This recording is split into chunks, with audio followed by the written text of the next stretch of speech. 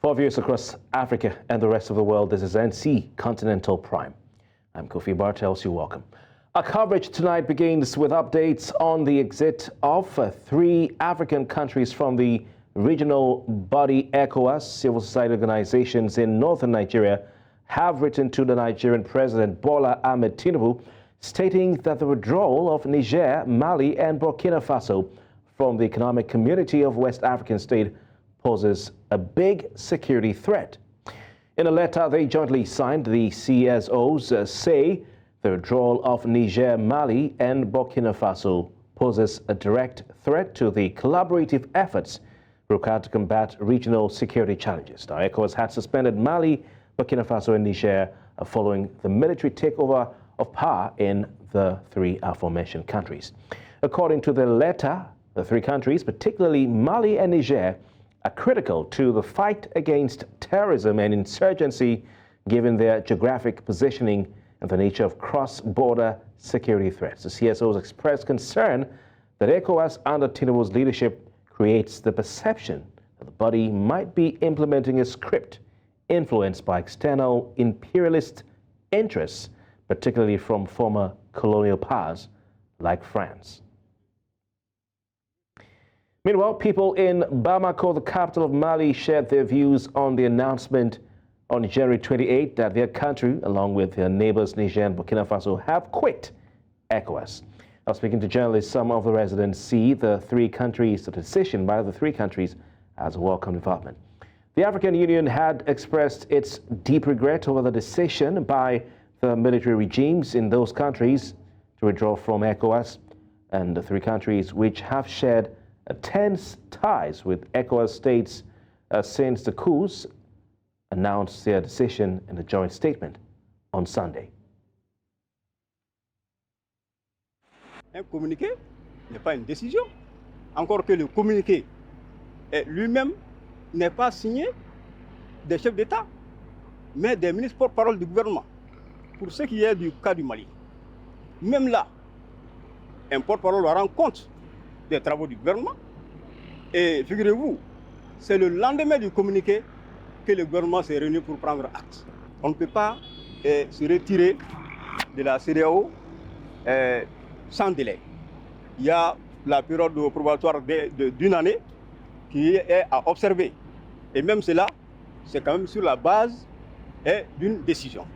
Kololo ko ko ni ya damine kana fuko kololo tara kololo tumbara ka koro parce que ka boya ka ta Ghana c'est daw papier bi bolo ibe wari sarali damine Mali frontière ra Burkina frontière ra Ghana frontière ra ka passeport to ibolo ka 42 Mali 42 to ibolo ibe wari sara fuga tisi ibe ta minanta europe donc an kumbe c'est daw kona anto do ka mba kono donc mo kana fo ki bi joro ora ko o te joro nan ko ere antu me nyegwan kono depuis ambassadeur ambe nyegwan kono donc nan borala o nyegangele de do donc amba a bla mina min kono dron beki chesri ka fara nyonka akany mais à condition que ni ka intérêt bala bon Mali a jate mais c'est dawo na fa fo tanka donc on a eu la chance de s'associer avec le Niger et le Burkina pour former un bloc solide kabo CEDEAO là. Moi, je crois que l'opposition opposition est menacée. Alors, c'est la CEDEAO redresser ses miens. Et si nous avons une condition opposée. Earlier, Kopep Dabuga, an African International Affairs analyst and the General Secretary of West African Civil Society Forum, spoke to us on this and the potential security consequences. Countries, no doubt, generate a lot of concern among citizens of West Africa generally, and even among, of course, the government, because this is 49 years down the line of, incremental progress in regional integration, and these countries just wake up one day and just declare that they have left. It's not something to joke with.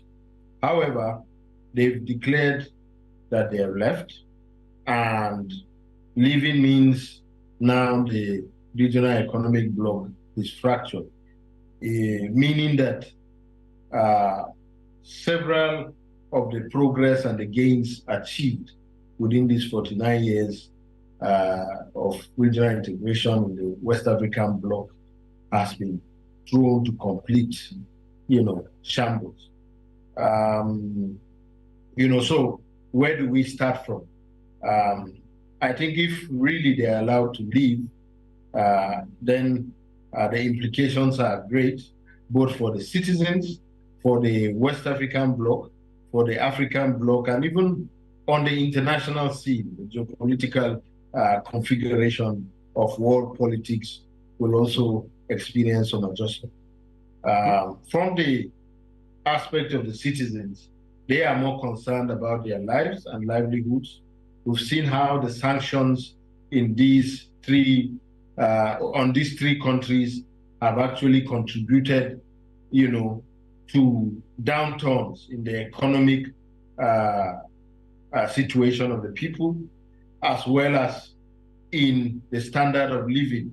I mean, the sanctions have practically, rendered more people poorer in the countries, rendered more people lacking access to critical medicines. It is also, particularly for Niger, caused days and hours of power outages. So these sanctions have actually affected the citizens. And staying with security matters, and in Nigeria, several persons have been reportedly killed in a fresh attack on the Ugboju community in the Agutu local government area of Benue State in Nigeria's north central.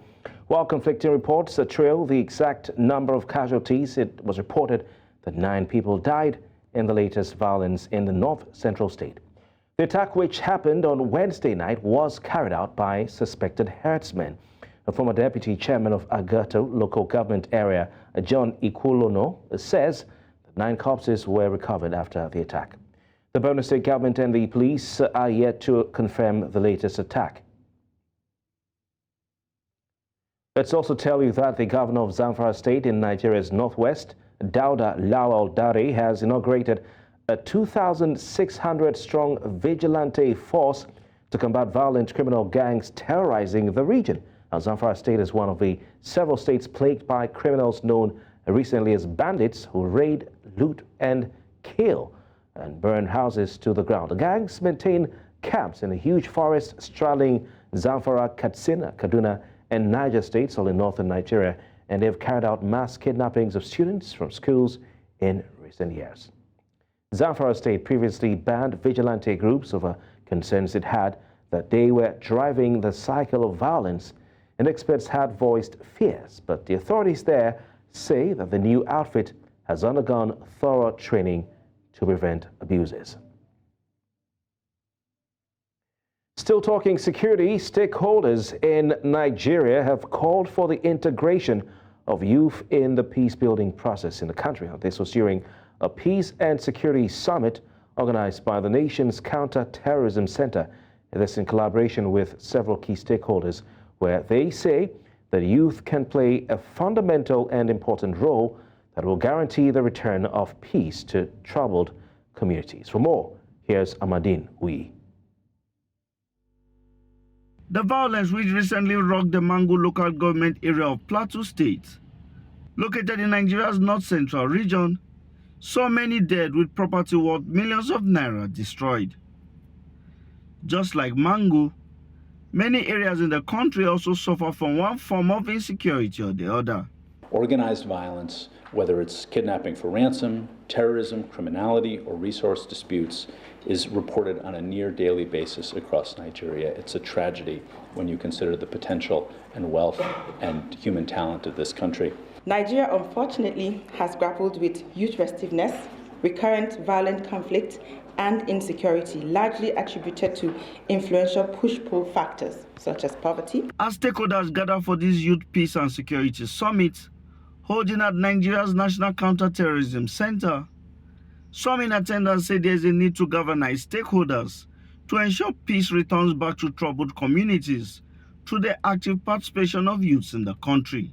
This summit is not just a reflection, but also a springboard for deepening youth skills, exposure, and capacity for peace building at all levels. It is expected that this summit will provide a platform for knowledge sharing and cross-fertilization of ideas around youth, peace, and security.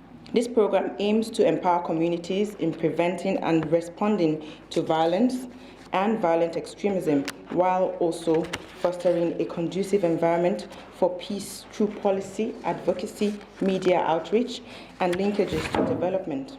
They say youths hold the key to ending the cycle of violence affecting many communities in Nigeria, as they are tools readily deployed to perpetrate violence. Youth are the bedrock of society's social and economic development. In Nigeria, more than half of the country's population is under 20, more than 70% under 30 years old. Yet too many Nigerians or their loved ones have been affected by violence. The future of Nigeria depends on youth charting a path of peace, as you are the future leaders of this great nation. Youth engagement at every level remains a veritable means to fast-track peace, security, and development. I believe this forum creates an opportunity to once again examine the barriers to strategies for youth-inclusive peace processes. To all the youth who are here present, we see you. We see you and we recognize your doggedness and your leadership in navigating the challenges of Nigeria's environment. We all have a duty to build a safe and inclusive and peaceful society. Let this summit be a catalyst for action and legacy of empowered youth building a brighter future for Nigeria. With Nigerian youths now being integrated into the nation's peace-building process, it is hoped that this will better a new generation that will live above primordial sentiments and foster peace and unity. In Abuja for News Central, I am Amadine Uyi. Thanks, Amadine. And you're still watching NC Continental Prime. We have more stories ahead. We'll be right back with more after this break.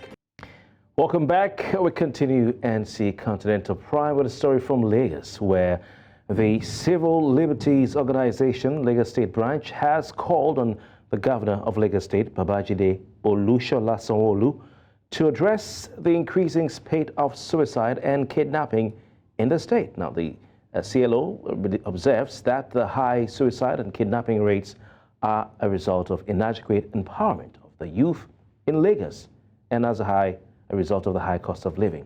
The organization also expressed its displeasure at what it described as the crude mode of operation of most of the personnel of the Lagos State Transport Management Authority, as a result of which innocent lives are lost from time to time.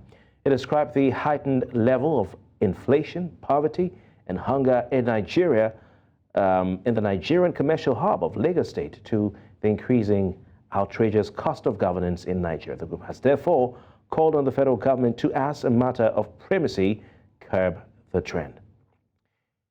Well, to discuss this, we're joined by Comrade Ehi Umokwale. He is the chairman of the Civil Liberties Organization, Lagos State Branch. Comrade, it's good to have you on the program tonight.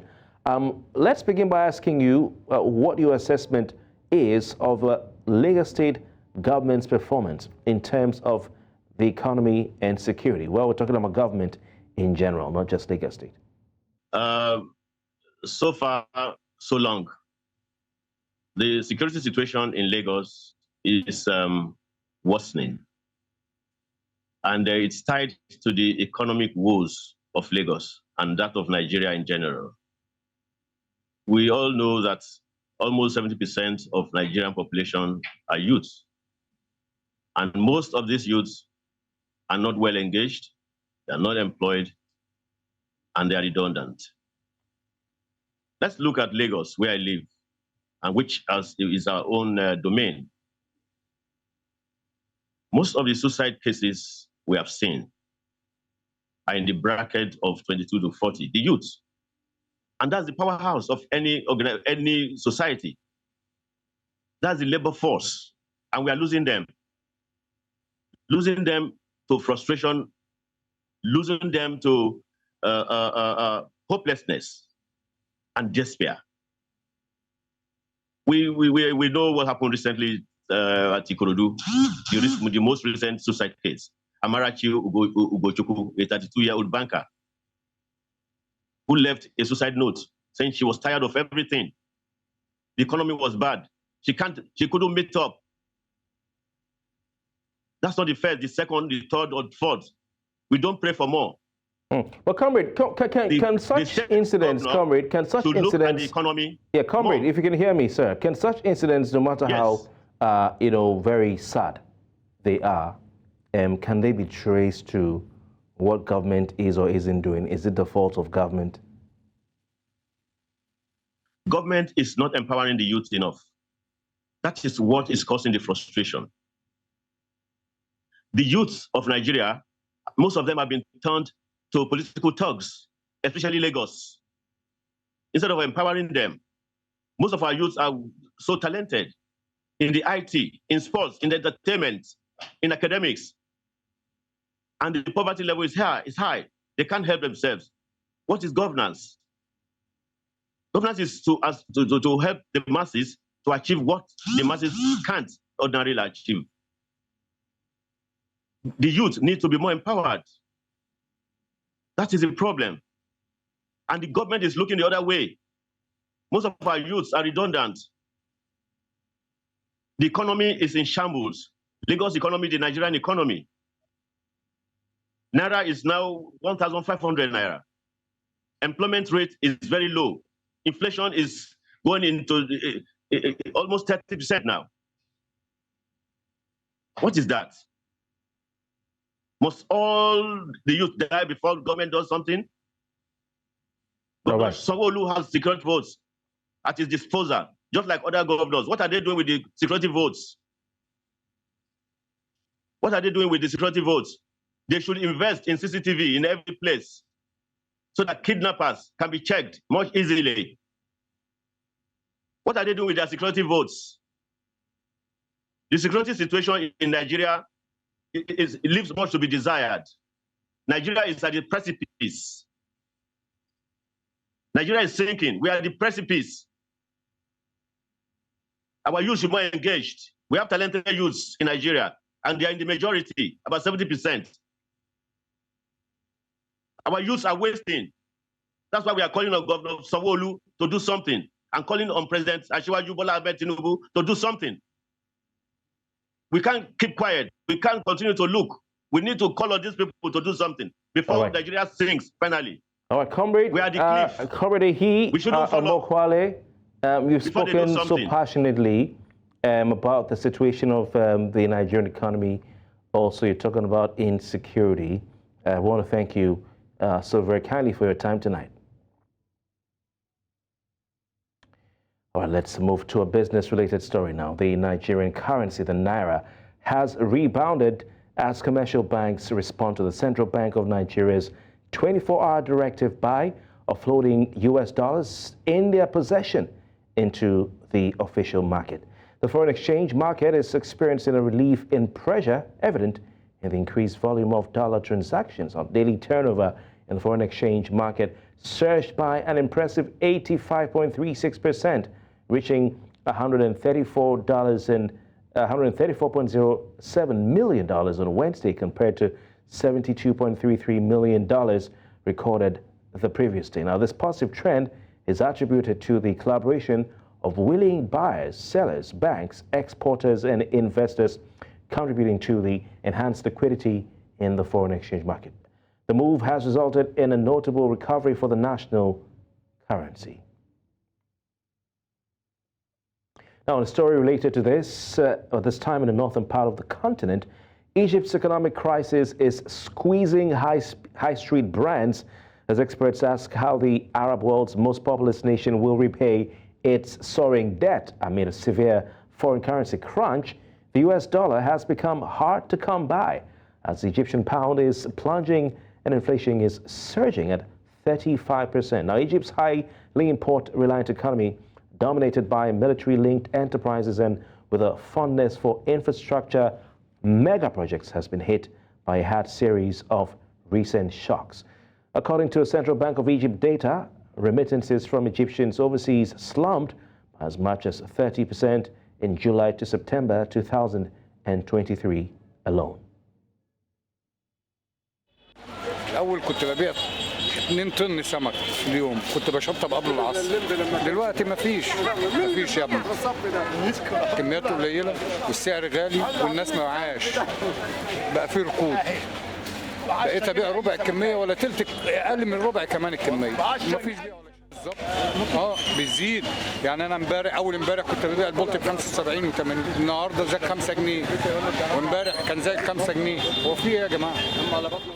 التجار يا فندم، يبقى التجار اللي عندهم بضاعه متخزنه قدام عينينا وهم ماشيين بسعر الدولار النهارده. Let's talk politics now. Stakeholders have called on the Minister of the Federal Capital Territory, Nyesom Ezewawike, to cease what they call the harassment of a River State Governor, Siminalayi Fubara. They also oppose the prosecution of political allies of the Governor Fubara, rather advocating for a peaceful resolution. News Central's Ni Omoni has more in this report. Political tempo in Rivers State seems to be rising with the latest conflicting court rulings. One court nullified the 2024 budget passed by the State Assembly and signed by the governor. Another court ordered parties not to take further action pending a ruling on an application to stop the representation of the budget. In the interim, the court acknowledged Speaker Martin Emewele-led faction of the Rivers State Assembly has accused Governor Fubara of misconduct and tyrannical behavior. This law does not award to the governor any other power to do any other thing other than what it has said he should do.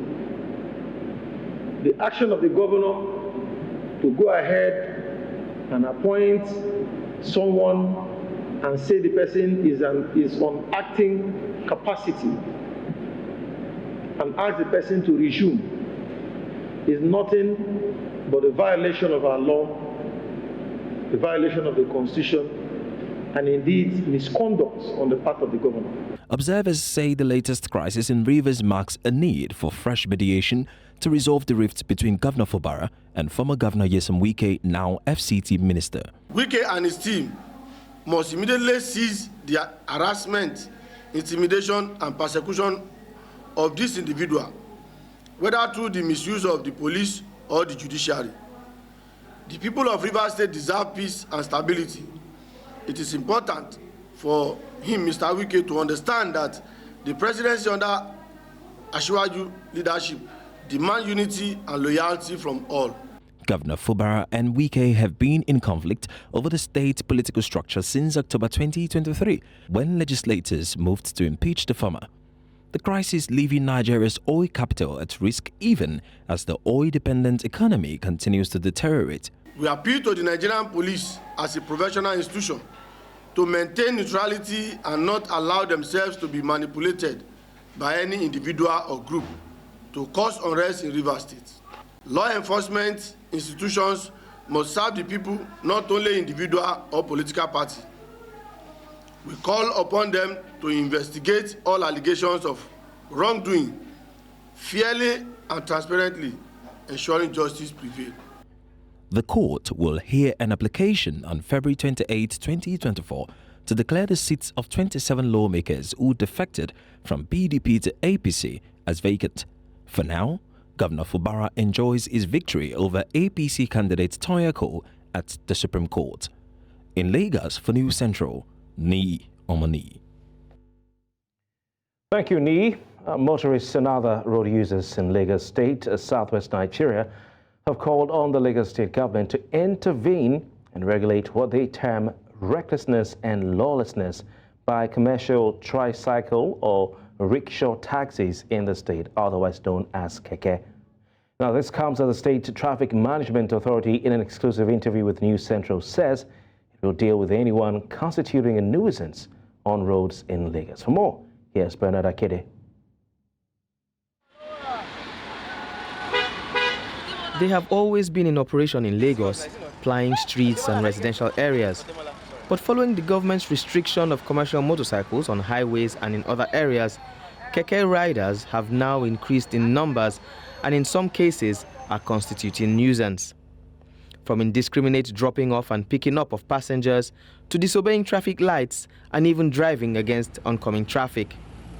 the activities of some keke riders in the state has now become a huge cause for concern. Keke might break traffic light everywhere in Lagos. Everybody knows.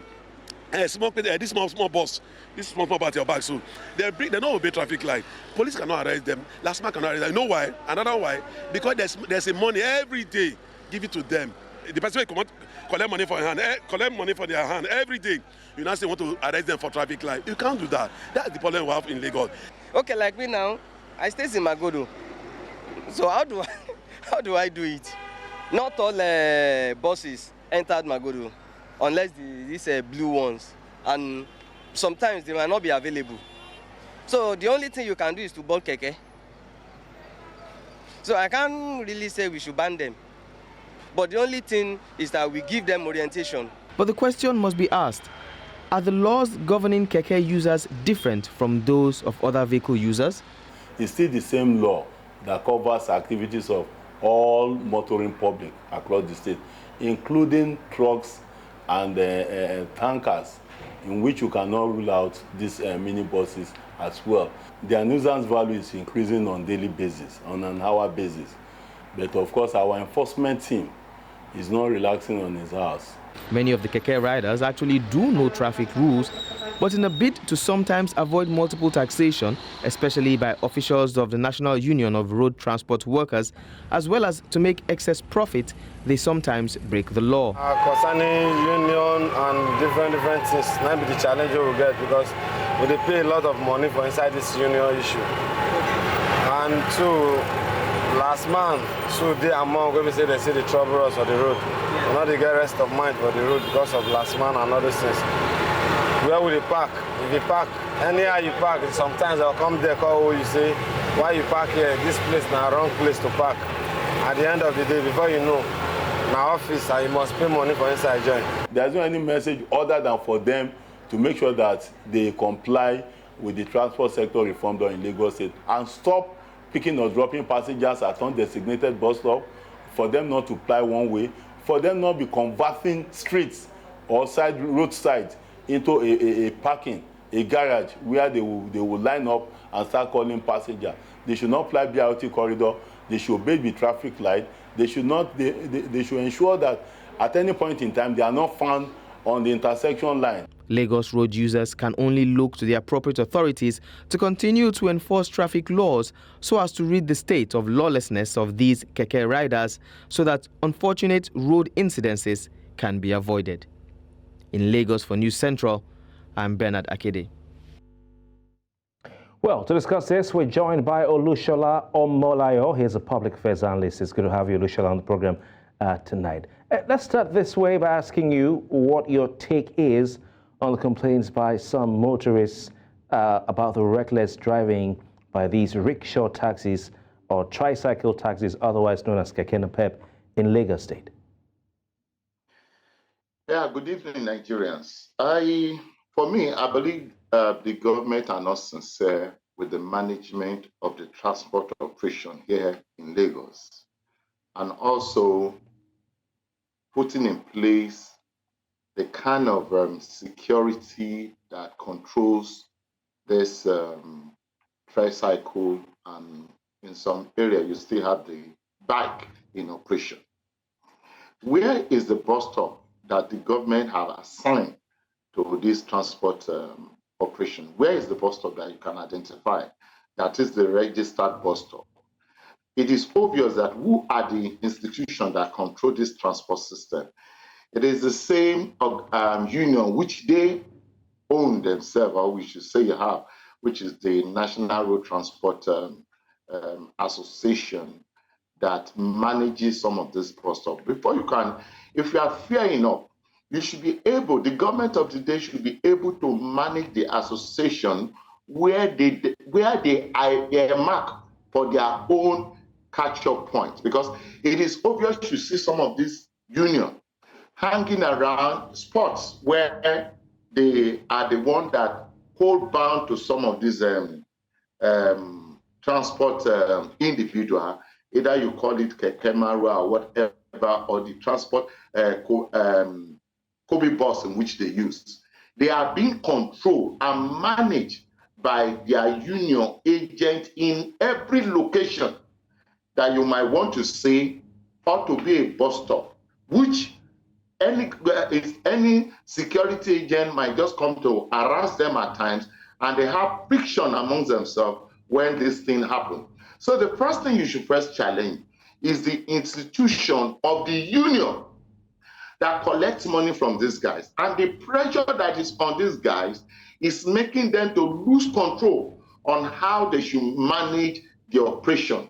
Not to even talk about the bad rules that they might not want to apply. Because I believe that if you see some of the streets that we have around us, if the roads are good, they will want to even move into some of these streets from for their operation. But areas like Ajangbadi and other places like Ikorodu, the inbed of Bariga, some of these roads are not motorable, not to talk of using tricycle to expend their interest. Come to think of it, early in the morning, their union run a tax on these guys to about 1,200 or more than that before they start operation. And when you get that from an individual, you don't even care about what's going to make. Maybe very quickly, please. Yeah, very quickly, just because of time. These rickshaw taxes were introduced by former military governor, General Buba Marwa then, or Brigadier Buba Marwa, whichever it is, as a form of poverty alleviation in Lagos State. Is it now time to phase them out, or do you favor maybe an increased regulation, proper regulation of these rickshaw taxes? If you want to phase them out, what are you going to use in replacement? Even the BRT bus that flies the road, you know what people suffer in some of the locations where they ought to be? They are not even enough. That's why you see them coming up even more than what is expected. You know, when you stop, immediately you stop the bike, which is known to be Okada, on some of our highways. That is what leads to the increment of this tricycle. All right. The same buses that is introduced to us by the BRT buses that are introduced a few years ago. Go check those buses now. Go check those buses. They are not too far away from the old mode where some of these buses are so dirty. They are not well. I mean, the maintenance system of those buses is even at a 0 point. So what would you say? All right. We have to leave it at that. By stopping this tricycle, just try it for 1 week. You and I will cry for help. Quite interesting. We have to do with that. Olushola Omolayo, Public Affairs Analyst, thank you so very kindly, sir, for your time tonight. Thank you, Nigerians. God bless. Let's move to the north of the continent. Moroccan police have arrested 30 people suspected of involvement in a child trafficking ring targeting newborn babies. The first national police, in collaboration with Morocco's Territory Surveillance Services, said those arrested include 18 security officers, a doctor, and 2 nurses, as well as healthcare professionals and intermediaries. Preliminary investigation findings reveal that some of those arrested are accused of functioning as intermediaries in the selling of newborn babies, collaborating with single mothers for financial benefit, and arranging adoptions for families seeking children. Others are suspected of extorting patients for medical visits, illegally facilitating abortions, and issuing medical certificates with inaccurate information.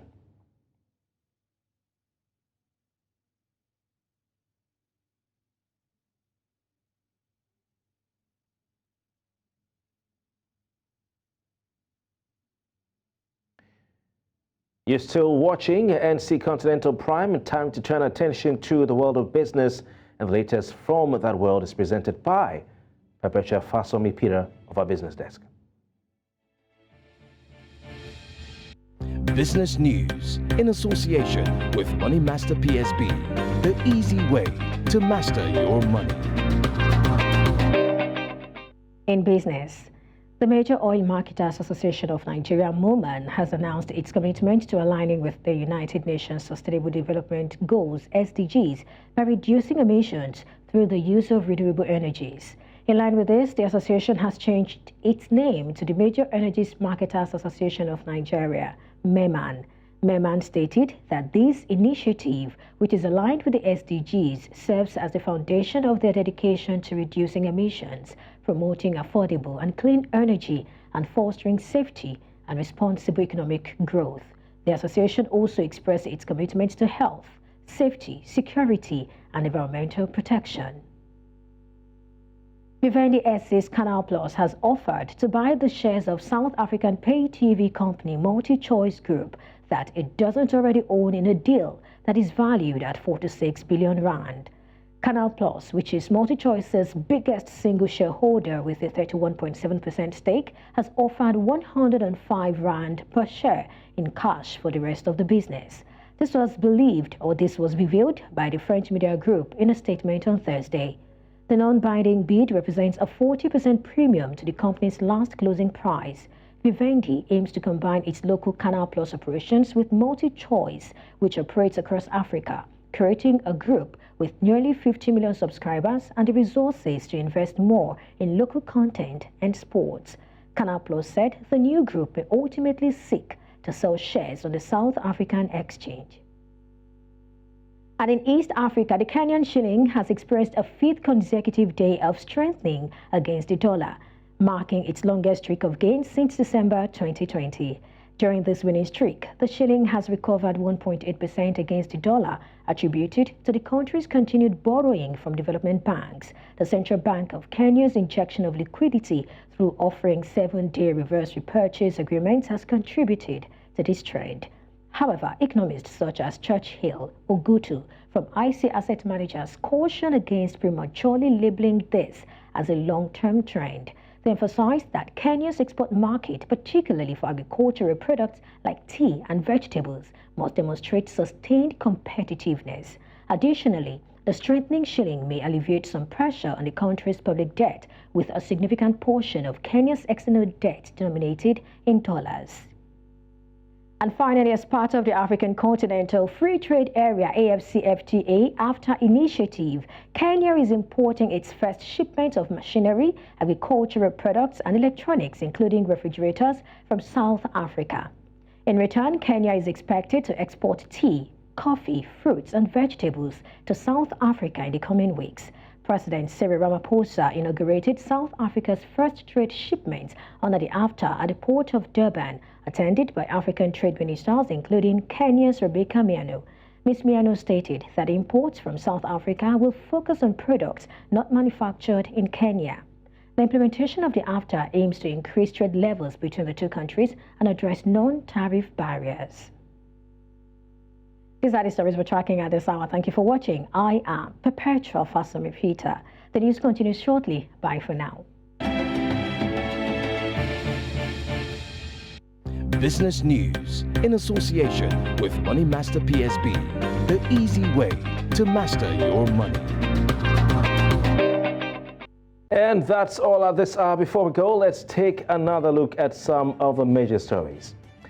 Nigeria's currency has improved as banks injected dollars into forex market. This comes as Egypt is facing a dollar crunch with rising debt.